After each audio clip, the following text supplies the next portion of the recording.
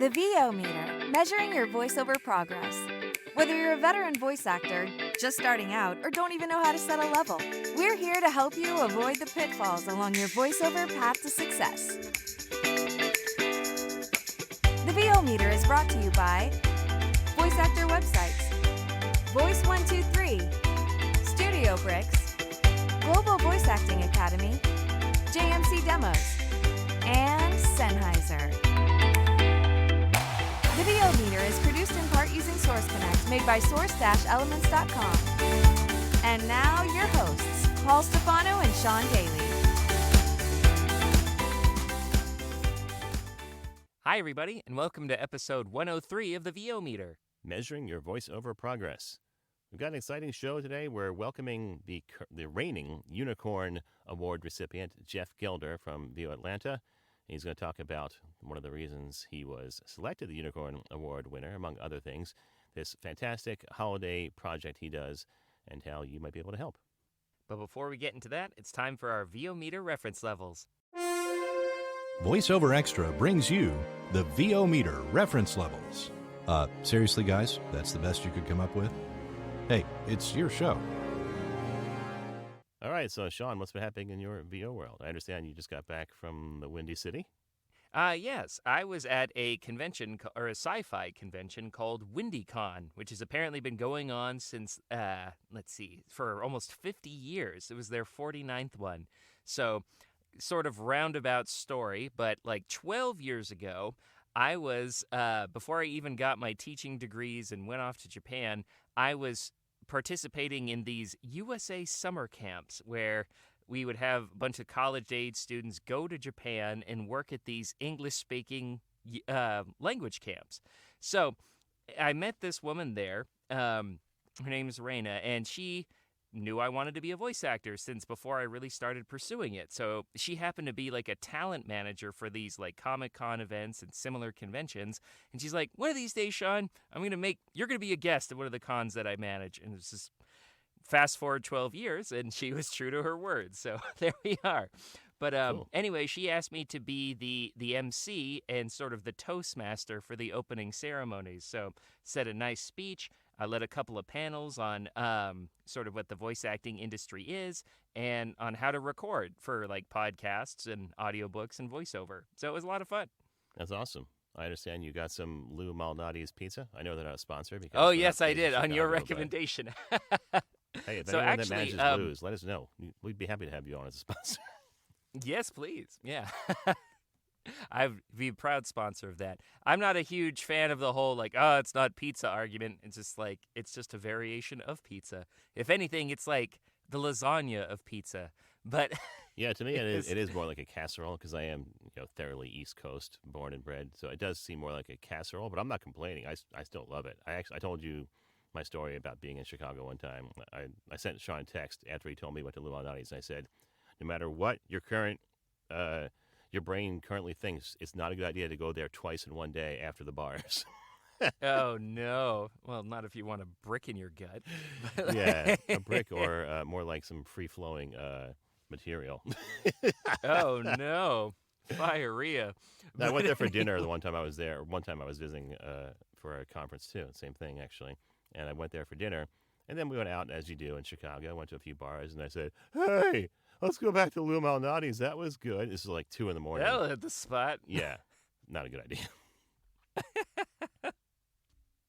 But luckily, no bathroom emergencies were involved over the course of this trip. But yeah, it was great. And then it was almost like a bit of a working vacation. I got to use the hotel gym, and I got to matriculate on the convention floor and look at everyone's wares. A lot of independent artists and writers and other creatives sharing their wares, and so that was really fun to be a part of. And I even got a few potential gigs out of it. So I was talking with some of the other guests. One of them is a comic writer who does the occasional on-camera or even animated project. Another one is an RPG creator, so think gaming systems like Dungeons & Dragons or Call of Cthulhu, things like that. He makes his original gaming systems and sort of original narratives for people to play, and they often use animated stories to promos for their games. So I reached out to him too, and he said he'd be happy to work with me. So hopefully something comes of those. And what can I say? Networking in person works, guys. It still does. Yeah, that's great. Congratulations. Well, thank you very much. But what about you? What's going on in your VO world? I got a couple of the normal things going on. I'm still producing lots of audiobooks for Twin Flame Studios. I just wrapped production on Sales Pitch by April Dunford, best-selling author of Obviously Awesome, which was a previous book. And we also wrapped production on Unfinished Business by Amy C. Yip, and it's breaking down the Great Wall between adult child and immigrant parents. Really fascinating read. I found out, well, immediately because we talked to these people and set up their studios, that Amy was actually just about a half an hour away from me, and also where I spent Thanksgiving, just about a half an hour away from me in Maryland. So that was interesting because we had a lot in common. My grandparents being immigrants and her parents being immigrants, so definitely identified with the book. So those are both wrapped and should be on virtual audio bookshelves fairly soon. And I just started work on Grab Life by the Dreams. I don't know much about the book yet, except that it's about sort of manifesting your best life when you might feel stuck in a rut. So that'll be cool. And that's by Karen Freeland. Grab Life by the Dreams should be out in about 2 to 3 months. And then finally, I've just, like within the last 10 minutes, right before I emailed Sean, we were ready to get recording today, I wrapped all the initial recording on Sweet Redemption, the story of the Maryland Terrapins and Hall of Fame coach Gary Williams winning the national championship. And I'll be going to the author's house, who also happens to live in the same state, just about half an hour away. He's in Bethesda, and I'm going to go meet him to record the about the author and the foreword because he wants to do that himself. And we'll get that done tomorrow, and the book should be out hopefully by the new year. If you're a basketball fan, I think you'll enjoy it, especially if you ever watched the Maryland Terrapins during those years. This is the 2002 championship, sort of a magical run, and I was really a big fan of them, so I had a lot of fun doing this book. And then a couple of other things. Congrats on all the work. Thank you. And then one other thing I want to mention, it's going to sound like a humble brag, I know, but I think it's important to sometimes, like we talked about in previous episodes, track those milestones of jobs that you booked and how those correspond to the hard work you put in for all the training and listening to podcasts like this and all the coaching you do. So I booked my first ever 5-figure gig, and it's a national commercial. Wow, did I just say commercial?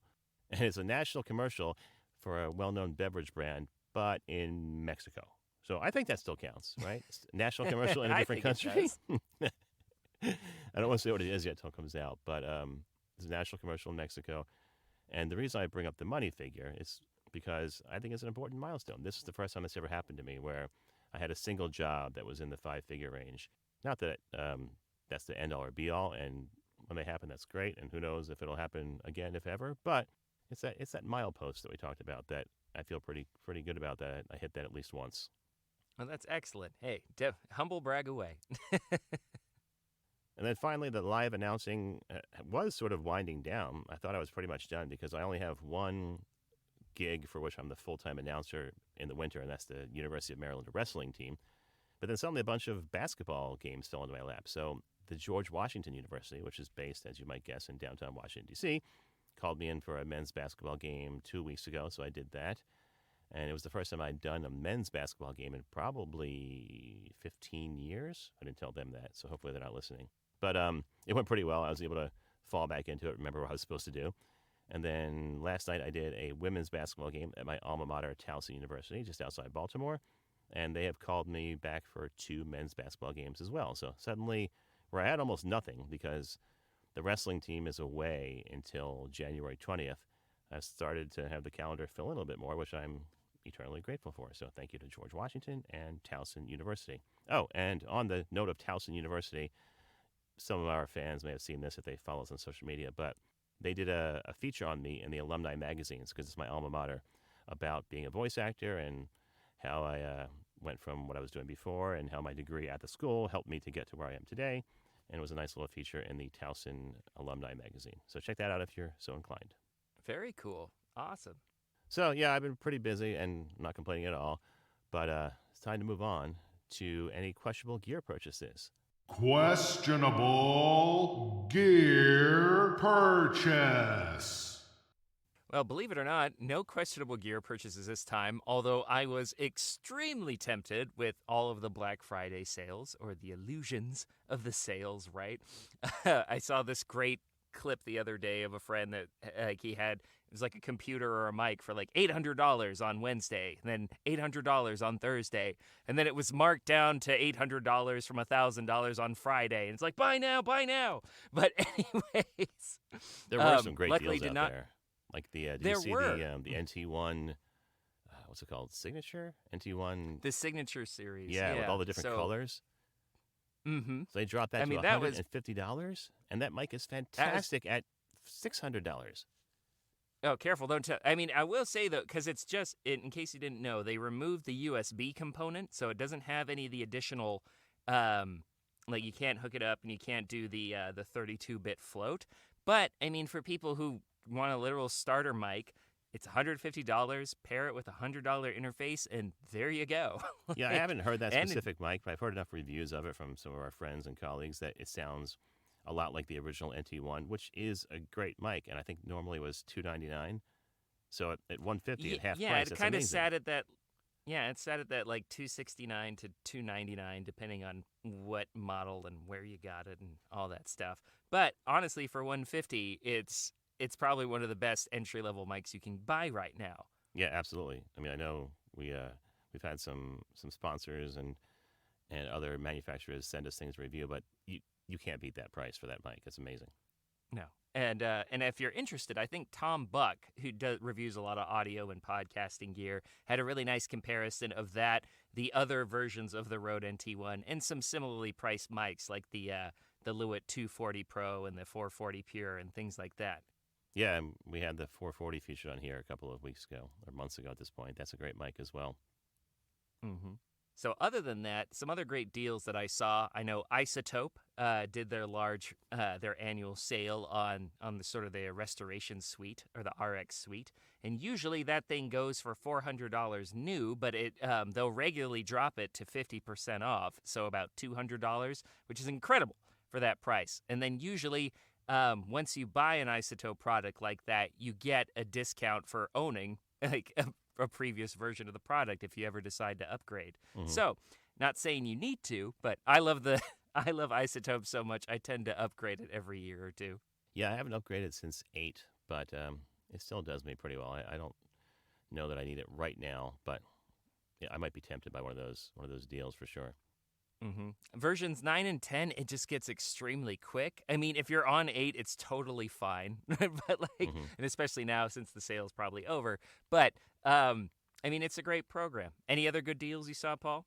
No other deals, but I did want to talk about a purchase and a recycling of a mic, if that's the thing.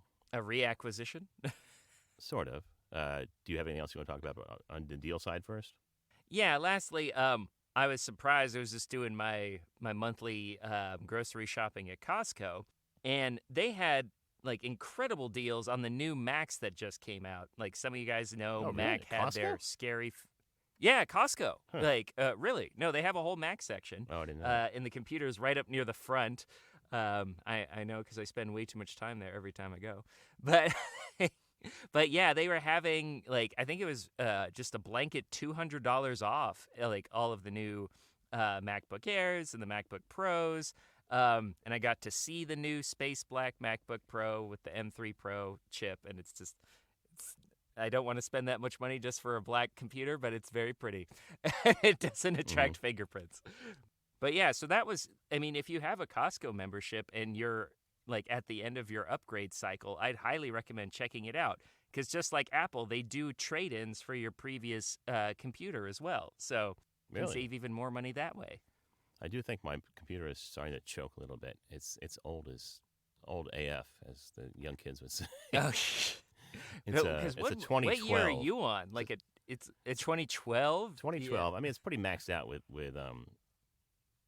specs. It's got a 16 gigabytes of RAM and a terabyte SSD drive because I upgraded all the stuff on it. So, and there's a 2.5 Intel i5. So it's not bad, but it will soon be obsolete because the operating system, the farthest I can go is Catalina, and I'm stuck there. So pretty soon I'll have to make a decision. Well, happy to help you spend your money. Yeah, of course. So back to my my things that I purchased. So I did just today purchase a Tascam Mixcast 4 mixer because I found a great deal on it on Guitar Center. So funny story, I ordered it and they sent me an email saying they canceled the order. So as you may know, you can order things from across the country at Guitar Center. You don't have to go locally. And they have a pretty good selection of used gear that you can get shipped from wherever they have a store, whether it be Seattle or Chicago. In this case, it was Fayetteville, North Carolina. So I called them and said, what the hell happened? And they said, we can't find the power cord, so we canceled the whole order. And I was like, well, that doesn't make any sense. I still want the thing. I have a million power supplies laying around here from stuff I bought over the years. And actually, I have 3 large Rubbermaid bins of cords and cables of all kinds, HDMI and Cat 5 and Cat 6, component cables, regular old 3.5 millimeter and 1.5 or 1.4 inch cables. So I know I probably have a supply here that works. So I said, well, give me a discount and send it to me anyway. And they said, okay. So I took $50 or $40 off of it and sent it to me anyway. So I'm looking forward to trying that out. It's a lot like the Rodecaster Pro, where it's sort of targeted at podcasters. I'm hoping it'll finally allow me to replace the AGO 6. Not that there's anything wrong with that, but I just wanted something a little more shiny and new that'll do the same thing. So we'll see how that works out when it gets here. And then I can use the AGO 6 for a portable interface, because right now I don't have a portable interface. Like tomorrow I mentioned going to record the author for the Sweet Redemption book. I need to take the interface we're currently using and put it in a bag and schlep it down to Bethesda with me. So I need something that if I happen to damage it while I'm out, I can replay. I still have the home setup working and running. So we'll see how that works out when it gets here. And then finally, I want to go back to talking about old mics. So as our listeners know, I very rarely keep any sort of mic around. And as soon as I'm done trying it, I usually resell it or give it to somebody and regret it. I have regretted it a number of times. Even right now, I'm going to record this author, and I can't decide which mic to take. I have a few laying around, but I wish I had probably 3 that I'd sold at some point, namely a Blue Yeti or an AT2100 or a Blue Snowball. I actually almost bought a Blue Snowball for the 3rd time on Facebook Marketplace today, but I decided to just take one of the mics I already have because it'll work. My main concern is just like cooties, or more validly COVID at this point. So I'll just put a couple of extra windscreens on there, like double bag it, as I say sometimes, and it'll be okay. Gotta be sure. Or I may just sacrifice this mic that I have. I'm just going to take the SM58 that I use for live announcing, and I might just get a new one because I want one with a switch. So it'll give me an excuse to buy more stuff, which is always nice. But anyway, back to the point. So when I did some spring cleaning, or I guess it was fall cleaning, I took down everything in the booth, including all the foam, all the blankets, all the furniture out, because I noticed there was like this layer of dust around the entire booth, and I knew I needed to get that out of there. So I vacuumed everything, washed the blankets, made sure everything was clean, and put it all back. And then as I did that, I thought, maybe I should change mics for no real reason other than boredom. And I put back in my Audio-Technica 875R, which I'm using right now for this show. And almost immediately, I booked that gig I talked about earlier for the drink company. Although I wasn't quite sure, and you probably remember this. I sent Sean a message saying, I got a problem. I just switched my mics. I booked this huge commercial. I don't know which mic it is. Can you please listen and help me? So you were kind enough to listen, and I think you said, you said it was 875, and I think you were right, but do you remember why? Yeah, I mean, one just sounded overall a little bit more clear and natural. The other one kind of sounded unnaturally bassy. Yeah, so that was the Neat King B, which I still have sitting here. And it is definitely darker, and it's kind of what I liked about it because it covers up a lot of imperfections, most notably mouth clicks and sibilance when you're doing audiobooks. But I think you're right that it was getting things kind of muddy. And then, of course, once I booked that commercial, I was like, well, I can't go back now. I got to keep this thing in here. So word to the wise, and the point of the story is that you should keep at least a few of the mics that you're using if you use more than one mic. And especially if you've booked a job with it, you got to have that thing handy for when they call you back and want you to use that mic. Because if I had done my typical MO, I would have put a different mic in here that I was either borrowing or renting. and I would have probably gotten rid of it and shipped it out through eBay or Facebook Marketplace before I ever had a chance to use it on that job. So thankfully, this is one I've had for several years, although it is, I think, the third time I bought it. It was like my first initial, quote unquote, good mic back in 2016. And I got rid of that one and bought another one, and I got rid of that one. So this is the third time I bought this mic, but I've had it for about 5 years now. Well, yep, definitely. So, and some of our compatriots even recommend taking notes, specific settings, taking pictures of what equipment you had on specific days, any mnemonic device that works for you to help you remember or maintain consistency from job to job. That's a good idea. Yeah, I definitely didn't do that, and my ears were betraying me, so I needed some help. So I thank you once again for reminding me. And I've My done quite a pleasure. I'm quite a glad bit it of work turned on out this. all right. The other added bonus is I hadn't really put it in the Studio Bricks before. So I've had this Studio Bricks for, 3 years now? And I never really tried this particular mic. I tried the 415 I used to have, and it was way too boxy. There was too many standing waves from the shape of it. But probably because this one is shorter, or maybe doesn't have the same frequency response, it does do really well in the same space where I had all the other mics. And the added bonus is because it's not as sensitive, or because of the directionality of it, the noise floor is much better than any of the large diaphragm condensers I've used in here. So hopefully that's helping as well, and I think it might be.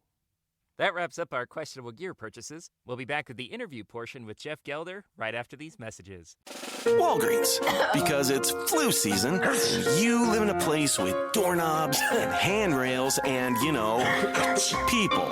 We tried booking a vacation rental on one of those other websites. They don't always tell you everything. The stars take it to the red carpet. We are back live from the red carpet. California leads the way for change in America, and so does Kamala Harris. Rated M for mature. Claire Redfield. And who exactly are you? So, yeah, what hashtag should I use to describe a grown man in a tuxedo wrestling a goat? And prior to 1933, many of them belonged to a variety of political parties that were now outlawed in Germany. This is the story of how Q got curly. Quinn was crazy about curls. Curly fries, curly straws, curly-haired dogs. Hey, Jay Michael here. Thanks for listening to the VO Meter podcast. It's one of my favorites. If you're looking for a great demo like the ones you just heard, check out jmcdemos.com for more information. Studio Bricks designs and creates the highest performing portable sound isolation booths. Their professionally perfected acoustics enhances your performance and takes your recording to their maximum quality from your home studio. Forget about managing noise conflicts with your neighbors and family. Pursue your passion for voiceover on your own time and on your own terms. How many times has this happened to you? You're listening to the radio when this commercial comes on, not unlike this one, and this guy starts talking, not unlike myself. Or maybe it's a woman that starts talking, not unlike myself, and you think to yourself, geez, I could do that. Well, mister, well, missy, you just got one step closer to realizing your dream as a voiceover artist, because now there's Global Voice Acting Academy. All the tools and straight-from-the-hip, honest information you need to get on a fast track to doing this commercial yourself. Well, not this one exactly. Classes, private coaching, webinars, home studio setup, marketing and branding help, members-only benefits like workouts, rate and negotiation advice, practice scripts, and more. All without the kind of hype you're listening to right now. Go ahead, take our jobs from us. We dare you. Speak for yourself, buddy. I like what I do. And you will too when you're learning your craft at Global Voice Acting Academy. Find us at globalvoiceacademy.com. Because you like to have fun. Hi, everybody, and welcome to the interview portion of this episode of the VO Meter. Today, we're pleased to welcome Jeff Gelder. Now, Jeff is a big believer in the power and influence of the human voice. He has been working in the professional voiceover industry for over 20 years. He is a voice actor in the studio, an MC for live events, and professional member of World Voices. Jeff began his career in radio at Q106 in Albuquerque, Santa Fe, and moved to Southern California in 1987. His experience includes on-camera, live events, and lots of time behind the mic. He has worked with clients that include Sony, ESPN, Dell, Jenny Craig, Toyota, and AutoNation, and hosted his own radio show where he interviewed the likes of Olivia Newton-John, Ted Danson, Woody Harrelson, Rue McClanahan, Kirstie Alley, I'm sensing a theme here, maybe Cheers related, and many more. Among other achievements, Jeff is president and founder of Children's Holiday Magic Project, a successful nonprofit that began as a class project and benefits children who spend their holidays in the hospital. Annually, with the help of volunteers, Jeff distributes nearly 10,000 custom-made radio show-style recordings that contain songs and stories that bring smiles to the children's faces. Each care pack also includes a coloring and activity book and crayons, and Jeff has been an active member of GSDBA SDEBA since 2003 and continues to facilitate the Tuesday morning BNG. So please join us in welcoming Jeff Gelder. Wow, thank you so much. That was a lot. I appreciate you reading all that. Our pleasure, Yeah. Jeff. It's an impressive bio. Thanks. Welcome. And how did you get started in this crazy VO business? Wow, let's see, going way back. As you mentioned, I started in Albuquerque, Santa Fe in radio, and kind of a fun story. I was actually volunteering at a public school station, on a urban station actually, and doing a show on Thursday nights. And on Saturday morning, I got a call from the local #1 top 40 station at home that said, "Hey, we've heard you a couple times. You sound pretty good. Somebody quit. We need somebody tonight. Can you start tonight?" And I immediately said, "This is, a really bad joke. Like, this is a dream job. Is this one of my friends? Who put you up to this?" Well, it turned out it was actually the program director from Q106. And he had said if I could be up in Santa Fe, where the studios were, by 11 o'clock at night, that, he would hire me. So I'm like, wow. And here's this, 21-year-old kid. So I went up to Santa Fe that night after my full-time job, and he walked me into this brand new, beautiful studio, showed me like, okay, here's the music, here's the CDs, here's the Rick D's weekly top 40, here's the Casey Kasem countdown. You play those in the morning after your shift. I've got to go to LA. I'll see you later. Have a good day. And he left me in this gorgeous studio. And so that's how it all started. That turned out to be a good thing. He came back. Some people said I did okay. So he hired me on full time, which led to an evening radio show, and then the usual radio antics. And then I moved to San Diego, got onto radio here in AM/FM combo, did promotions and marketing for several years, as well as my radio show Earthbeat. And then got onto the #1 station in San Diego, which was Kixie 96.5. And I was on there for about 15 years and did that plus voiceover at the same time for a while. Then just shifted over and took that big jump to voiceover full time once you could really do it from a home studio, and everything was good. And it really excited me because when I moved here, I really was doing more auditioning for acting things. But when I learned that I didn't have to go to LA or drive, voiceover was the thing. Mm-hmm. That's how I started out. So it's a common story. A lot of people that move to voiceover start in radio, including me technically, although I didn't really do it professionally other than board operating. I had training in radio in college, and that's when I transitioned. So what would you say was your biggest challenge transitioning from radio to voiceover? It wasn't too challenging. I think it was more just that it was kind of challenging doing them both for a while because radio was changing so much. And for me, it just became less fun and more of a job. So I think it was just taking the jump, of course, and depending on yourself for all of the income and the work. But I never looked back. It was no problem. And I still haven't been on the radio for, 13 years now. Amazing. So what would you say is your biggest challenge now? Probably, again, the balancing act of doing the charity, which has become kind of a full-time job. Also the voiceover work. And then now, just it's a different business after the pandemic. I think we all know there's more competition. There's more people working from home.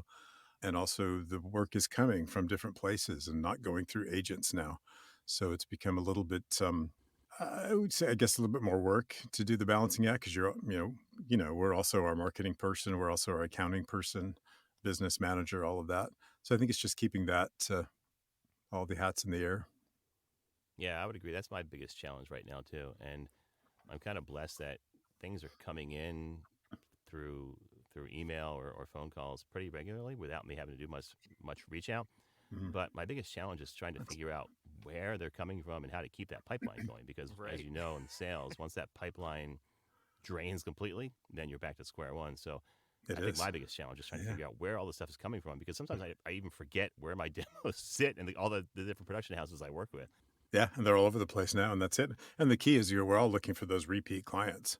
And that's what I remember the joy of having 15 years ago is I had all the same clients. They just kept coming back, which was great. And things change so much now. Like you said, you don't know where they're coming from. And most of the repeat clients have gone off and changed or closed shop or who knows what. Yeah, it's the joys and the hell of being a small business owner. Joy as hell of voiceover. I like the honesty. Yeah. That is so true.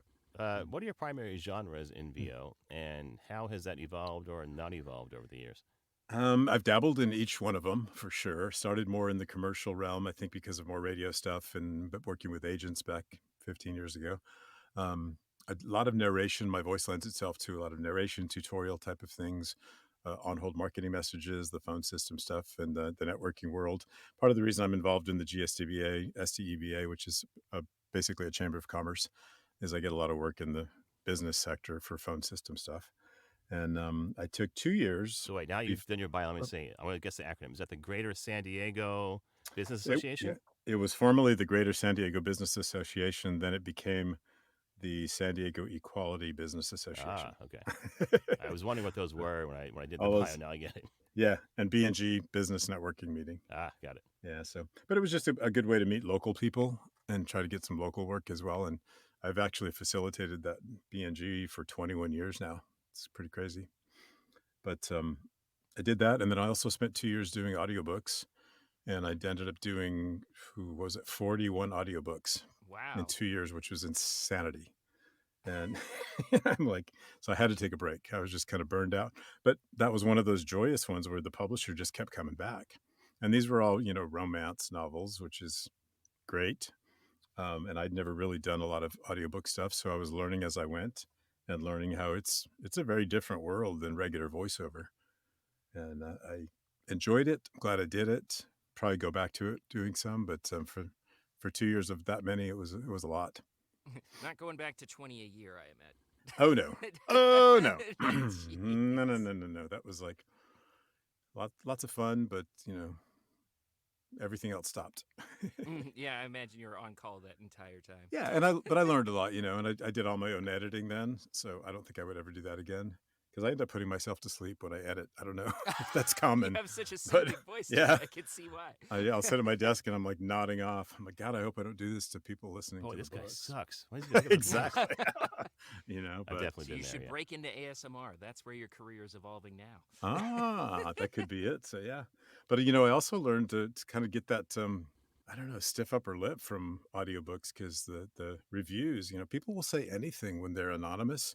And I started reading them all in the beginning, and I'm like, I would get one from, Jeff's awesome, I love his voice, to Jeff should never speak again, like that. Yeah, you gotta be people only careful of really have the energy to write a review if they're passionately positive or negative about something. Yeah, and these were all the anonymous again, so they'll say whatever they want, but it's very, audiobooks are very, I don't know, each person's different in what they like and what they like to listen to, so you can't really take it personal.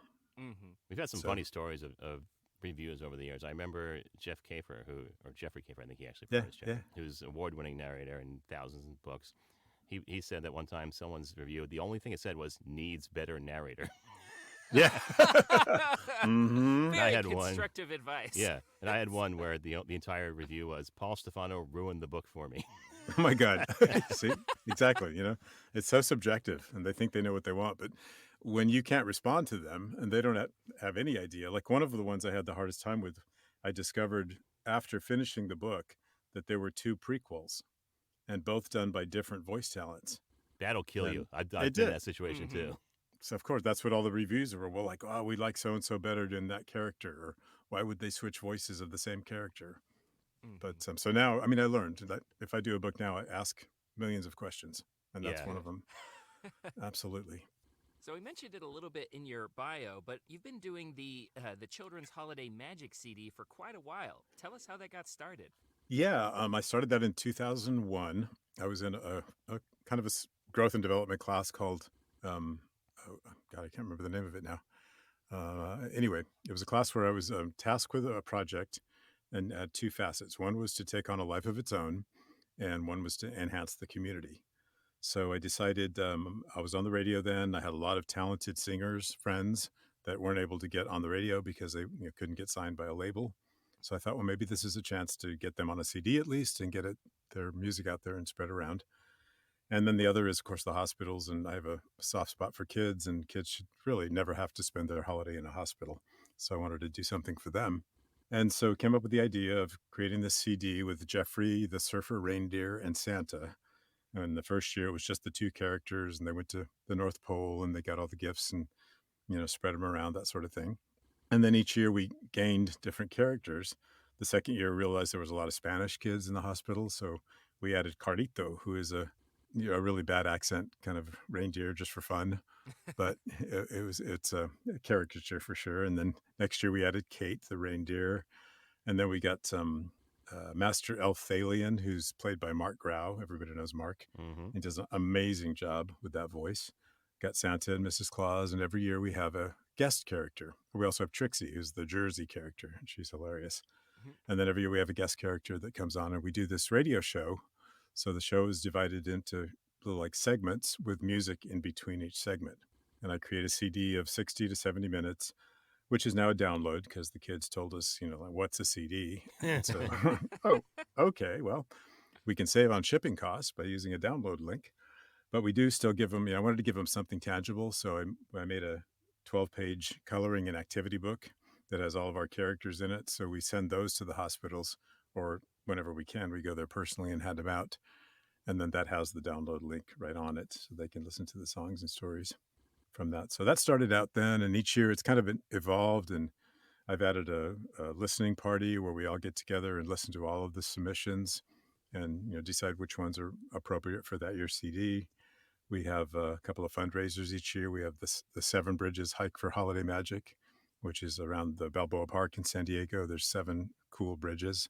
So we do a nice family, I've been bring to your that park, dog. actually. Have you? Played golf there at Balboa Municipal Golf Course. Oh, very cool. Well, you'll have to come down for the next hike. Maybe I will. In the spring, yeah. Hey.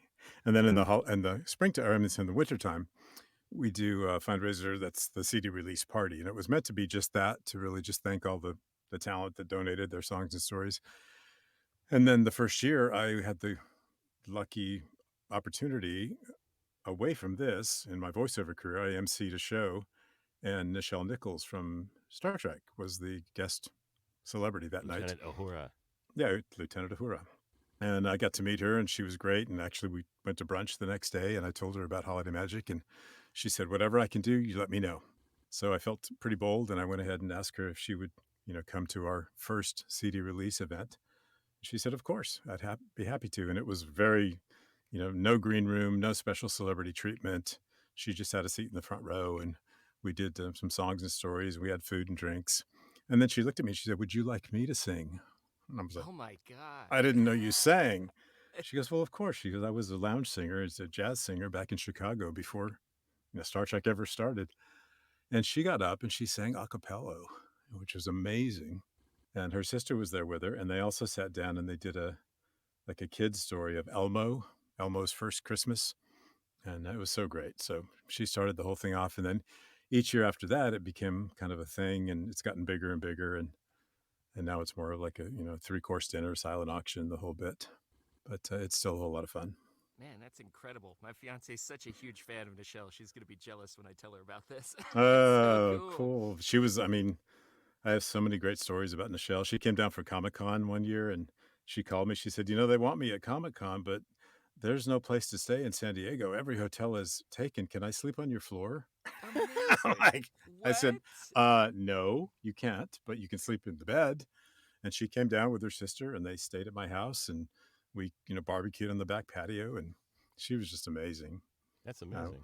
Yeah, we miss her a lot. Her sister and I are still good friends. She lives in Las Vegas, and just an amazing person. Very, very down to earth and super grounded, and really proud to be a friend of hers. Well, what an absolutely amazing project. And because of that amazing project, primarily, I think, but it seemed like you have other skills as well. You were nominated and won the VO Atlanta Unicorn Award last year at VO Atlanta. What was that like? Yeah, that was pretty surprising. It was amazing. I knew I'd been nominated because I got a call from J. Michael like a month before, and never spoken to him in my life. And he said, hey, something I need to talk to you about. You need to come to VO Atlanta. You're one of the top 3 nominees, which was phenomenal.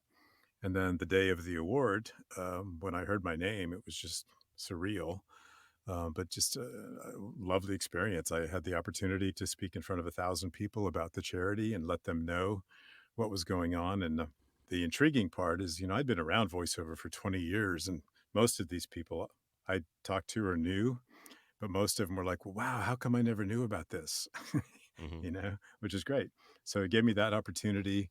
And also, of course, with the Unicorn Award, it came with phenomenal list of prizes, and most of them are like this wonderful interview, different web coachings, some equipment from Sweetwater, all kinds of great stuff. So it's just been a treat this year to deal with that. It helped me get on a couple of newscasts to help promote the charity as well, which has been terrific. And I can't wait to go back next year. And I'm going to ask Jay Michael if I can do just like a follow-up to let him know like how it changed my life and the charity's life. Please do. That'd be great. Yeah. So I was wishing the person before me was able to do that. So maybe it's kind of a new thing we can add to it. We probably should have mentioned that one of the reasons Jeff is here, aside from being a great voice actor, is because we were one of the prizes for the Unicorn Award that the winner got to be a guest on the show. So we don't like to be very boastful and promote things like that, but we're happy to have Jeff here because of it. And your generosity. I mean, everybody I've talked to, all the coaches and all the people in the business, the generosity is phenomenal in the voiceover world. And I don't think it exists in a lot of different businesses. So I'm very proud and happy to be a part of that. And I'm really grateful you guys are doing this. Well, as Paul said, we've both been longtime attendees and sponsors of VO Atlanta. We actually got to share the stage with you when you received the award. Did you really? Yeah. We were just I know you had a lot going on, but we were literally like a foot or two behind you. Oh my God. That's so surreal. Wow. I know, it's hilarious. But so, I mean, we know how we're big proponents of the conference, and we talk often about the benefits that it's had for us. I'd love to know how it's helped you in your career. It's been an interesting ride, to be honest. It's definitely helped with the Holiday Magic Project as far as exposure and, getting more people involved in that sort of thing and donations. As far as my career, it's interesting. I mean, kind of in that midlife space, we're coming out of the pandemic. Part of me, and I'm doing so much coaching and so many webinars and so many classes that I've not done before so much. And I feel like I'm almost starting over because things are different. Everybody has a new perspective. And, it's also fun to kind of balance all of the different coaches who all have different styles and, try to pull in what works best for me. But it's really just got me back immersed into voiceover. During the pandemic, I had the unfortunate loss of my parents and one of my brothers and my dog all during that time. So it was kind of a big distraction for me from voiceover. I didn't really stay involved like I usually do and wanted to. So this was a great way to get back into it, get really immersed. And I've made some phenomenal relationships with people all around the country, like you guys. That's fantastic. Yeah, like John said, we've all benefited so much from the conference, and so glad that JMC can continue, JMC and Anna shows to continue the tradition. So hopefully it was cool to be the first one too. I'd never been to it before. I'd been to some of the other ones, the older ones, Voice International that started the whole thing. And I've been to some WovoCons and things like that, but never to this one. And I had the best experience, even without the unicorn, which was like the cherry on top. But the whole conference was great. That's wonderful. And what a cherry.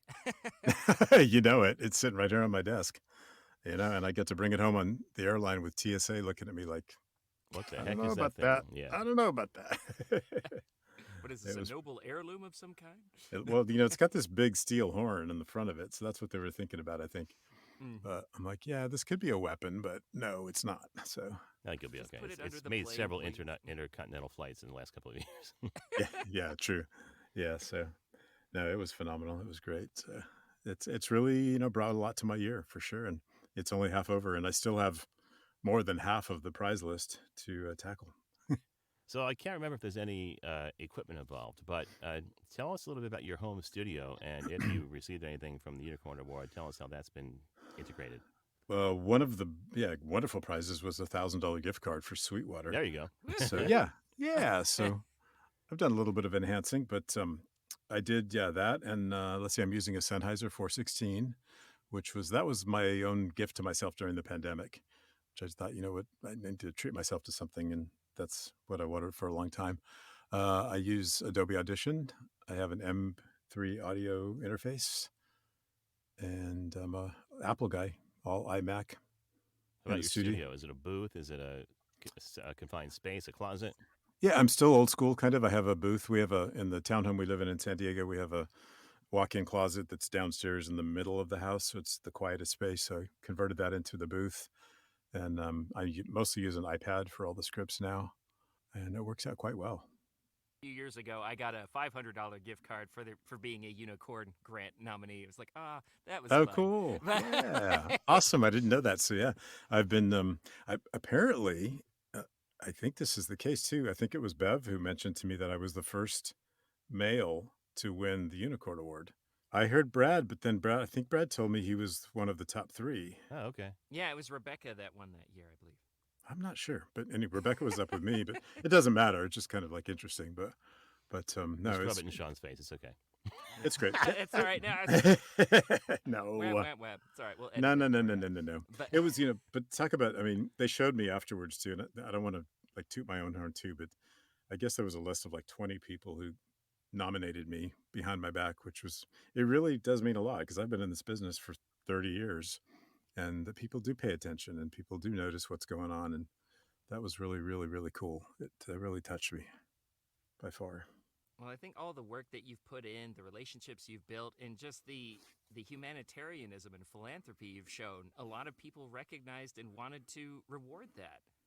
I appreciate that. Yeah. And I feel it. I get it for sure. So, and that was the whole goal for me with the whole project was, of course, I wanted to help the kids and bring a smile to their faces, but help these voiceover talents and singers and songwriters get their work out. 'Cause there's so much talent out there that's just, not being heard, doesn't have a venue or a voice. And this is at least one way they can do it and feel good about themselves too. Well, I can see you've obviously had a positive impact on the future of many of your colleagues, but where do you see the future of VO? That's the $1 million question, right? I don't really have an answer. I think VO will always be here. I hope it always stays as great as it is. I love doing it. I know it's becoming a little more difficult and a little more competitive. There's the things like, we keep hearing about AI and stuff like that. And it's all going to have a factor in it. But, we've always done that. We've always just kind of rolled with the punches. And I think if you're, in action and you treat it like a job and like a business, which we didn't in the beginning. I didn't. I thought, I just show up. I just do the jobs and I get paid. Just And talking, right? Yeah, exactly. Your agent does all that. Oh my God, was I spoiled rotten? So I think the people that are serious about it and really love it and, hone their craft will do fine. And I think slowly we'll weed out the ones who maybe aren't so serious. Or I think there's a lot of people who got that message of, oh, it's easy. Or, oh, you have a great voice. You should just go in and make money off voiceover. Those kind of people who think it's really simple and you don't have to do a lot will probably fade away. I mean, if you think about it, the job has always been difficult to break into. There have always been barriers for entry, whether that was needing to be in a media hub like California or New York, or needing to have an agent. So I think the restrictions and the considerations have changed, but like you said, that determination and that legwork is what's going to help you no matter what. I agree. That's so well said. I think too, one of the most important parts now is relationships. We've all become in our little studios all by ourselves, but it's really about creating relationships. And that's why the conferences are so great, to get relationships with each other. But then with the clients, like every time I get a client, I really want to create a relationship, hopefully in person, if not at least Zoom or phone. So there's more than just that, voice client. Yeah, that's the secret sauce. As Sean knows, my whole career is built on relationships, and I'm kind of hoping that, not maliciously, but I'm hoping that that'll be my secret weapon going forward when there's all these Gen Zers that are getting into the business who refuse to call anybody because they want to text. No, you're right. I think you're right. Secret sauce. So along those lines, yeah, absolutely. What would you recommend to someone who's just getting started in voiceover and to get off on the best foot? Well, I get a lot of that often, like we probably all do, is like, hey, how do I get in this business? Or, somebody said I have a good voice. What do I do? And I have my few classes that I really like or teachers and coaches. So I will usually refer them out to like a one-on-one basic class. I said, get your feet wet, get into it, see that it's really a business and what you've got to do to get started, and then decide if you really want to do it. And then if you want to do it and you start getting into it, I do one-on-one coaching like that. So, but I want to see that they're serious about it and they're willing. And I usually let them know, like, it's a great business, but it's going to take at least a year before you really get a paycheck or a decent one. So don't just think, hey, I'm going to buy a microphone and tomorrow I'm going to make a $20,000, $30,000 or $20,000 job. like that. So I don't want to distract them from it. I don't want to say don't do it, but I do want to say, you got to really want it and you got to work for it. Yeah, I often recommend people listen to this podcast. It's one of the reasons we started it. So that's a great idea. I say listen to like 10 episodes of the podcast, especially the first 10 or 12, where we were really just sort of giving out advice every week. It's changed a little bit over the years to be more of an interview show, but the first season was all just advice. And then they never get back to me ever. Oh, no kidding. Oh, God. Well, they get your voice. They get out. You're getting out there at least. Yeah, for sure. Yeah, I think podcasts are one of the new things for sure. I mean, it took me a long time to kind of relate that podcast is modern radio, basically. And I used to do a radio show, so now I'm dabbling in the podcast world, but haven't really got into it yet. Yeah, we still pretty much put this together like a radio show because that's where I was trained. So I have like a donut that has the intro and the outro, and I just drop the edited interview in between, and then we have the sponsor spots. So yeah, I put it together exactly like I would a radio show. That's the beauty of it. So yeah, I've put one together, but I haven't really put it out there yet. So I'm playing with that idea just like that. So we'll see how it goes. But well, if you need any tips, let us know. I appreciate that. I probably will because I miss that part of radio when I did Earthbeat, and it was great on radio because I could use any music I wanted because they had the ASCAP license. And that, but now it'd be more talk probably. So, but I'm looking at doing a show that I really want to do a show where I can interview people who are doing great things in the world, but they're like the underdogs, the people the unsung heroes. Exactly. They're doing great things, but they're not doing it for any limelight or any attention, but to kind of just and also mainly get some news out there, some good news. John Krasinski did that for a while. He had a podcast where it was called like Now Something Good. Something like that during the pandemic. I'm pretty sure he stopped, but maybe you can pick up the slack and pick up where he left off. Oh, I'll look at that. So yeah, I'm looking at it. I've got a name for it. I'm going to call it Gelder Finds the Gold, finding the golden-hearted people doing good in the world. Oh, that makes the perfect segue for what I was about to say. So that's awesome. Good. I like it. I mean, I was going to say that project fits you to a T, and it's so appropriate that your last name is Gelder because you obviously have a heart of gold. So if people want to hire that heart of gold, how can people do that?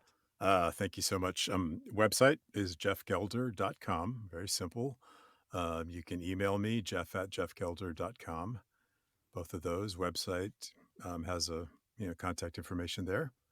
Also, if you don't mind, I'll mention too, if you want to get involved in the charity, the Children's Holiday Magic Project, or make a donation, I would be so grateful. The website there is holidaymagiccd.com, or you can email me, jeff@holidaymagiccd.com. Fantastic, Jeff. Thanks so much for being here. Congratulations again on your VO Atlanta Unicorn Award win, and we'll hope to see you at the next one. Hey, what a pleasure it's been to talk to both of you guys, and thank you again for this generous opportunity. The pleasure's all ours, Jeff. Thank you so much. You bet. Take care. Hey, Paul, did you know Voice123, the largest online marketplace for voice actors, just celebrated its 20th year anniversary? Whoa, really? That's amazing. Doesn't really surprise me, though. I've used Voice123 since the beginning of my career.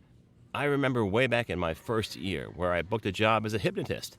I actually got to say, "You are getting very sleepy," on a radio ad. The whole thing was super easy. They even paid me right away for the audition and said that was all they needed.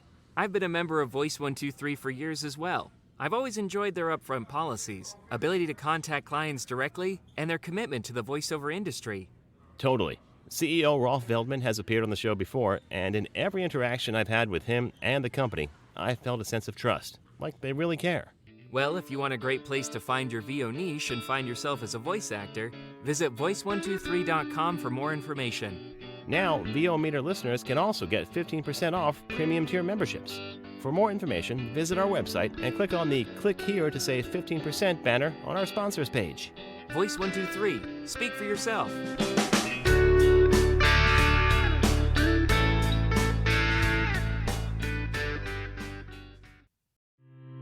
In these modern times, every business needs a website. When you need a website for your voice acting business, there's only one place to go. Like the name says, voiceactorwebsites.com. Their experience in this niche webmaster market gives them the ability to quickly and easily get you from concept to live online in a much shorter time. When you contact voiceactorwebsites.com, Their team of experts and designers really get to know you and what your needs are. They work with you to highlight what you do.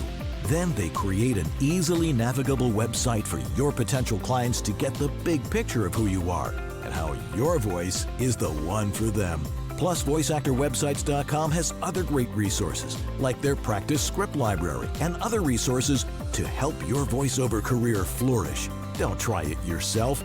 Go with the pros. VoiceActorWebsites.com, where your VO website shouldn't be a pain in the you-know-what. Well, thank you to Jeff for being on the show. I actually didn't get a chance to meet him in Atlanta, and now I'm sorry about that because seems like a great dude. We've actually talked since we recorded that interview. So, Jeff, thanks for being on the show. Really enjoyed your story about the holiday project and wish you the best this year. Yeah, I agree. Like I joked in the podcast, we only got to see him on stage, but it was just a pleasure to get to meet you, and I'm just blown away by your talent and your generosity. So that wraps up this episode of the VO Meter. Measuring your voice over progress. We have a treat for you guys next week, or we'll be recording it next week. Who knows when we'll actually put it together. But I had this cockamamie idea to put together this blind mic shootout. And the idea is, what price mic is good enough, and can the so-called experts tell the difference? So we're going to have this fabulous panel of engineers, and I'll throw out some of the names. I don't actually know who said yes yet, but we invited Jordan Reynolds, Dan Leonard, George Whittam, Tim Friedlander, Sam Ufret, Jamie Muffett, and that might be, Cliff Zellman. And they're going to, Uncle Roy Okelson. Sorry, there's so many. So they're going to listen to these blind, and we solicited a bunch of blind samples from friends of the show, about 6 or 7 of them. And back to back, they recorded on what we would consider a entry level or cheap mic, and then on a really good mic. So we found people that had the likes of a U87 and an SM58, or a 416 and the 875R, for instance, or an AT4040 and a TLM 103. And they were kind enough to send us these samples, and we're going to play them blind for all these so-called experts. And first, see if they can tell the difference. And then second, if they think one or both are good enough for real VO work. So this should be really interesting, and we'll have that out probably after the first of the year. Really looking forward to that. It's been a while since we've had a nice gear round table, hasn't it? Yeah, and I think not having to spend any money to do it was key. I know. That way we can save money for all of our Christmas shopping. Right. 'Tis the season to give, not buy for the sale. So, assuming we don't get that out before the new year, happy holidays to you and yours. Hope you have a great holiday season, however you choose to celebrate, and we will talk to you in the new year. You'll hear us in the next one. Happy holidays! Thanks for listening to this episode of the VO Meter. To follow along, visit us at www.vometer.com. We'd also love to hear your comments or suggestions for the show. Or if you have a questionable gear purchase, tell us all about it on our Facebook page or on Twitter at the VO Meter.